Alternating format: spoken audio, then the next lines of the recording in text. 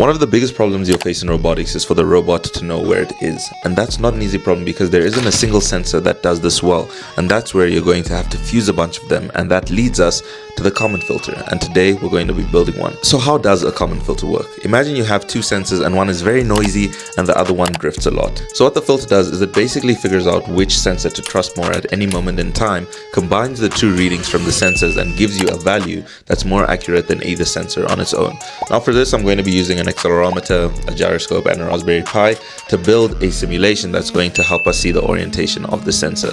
So step one is obviously wire everything together. Now make sure you actually get the right wires for your sensors because I made that mistake and I had to get kind of creative. Now step two is to implement the filter. Now all of this is done in software and I'm not going to explain the math behind it because that is a whole other video. But after implementing the sensor, you can see that there's a big difference between reading the raw gyroscope values and what the Kalman filter produces. Now it's not perfect because obviously the more sensors you can fuse, the better readings you're going to get, but it does give you a better representation than a single sensor on its own. So for your next project, if you have anything that requires orientation, consider a Kalman filter because they do come in handy.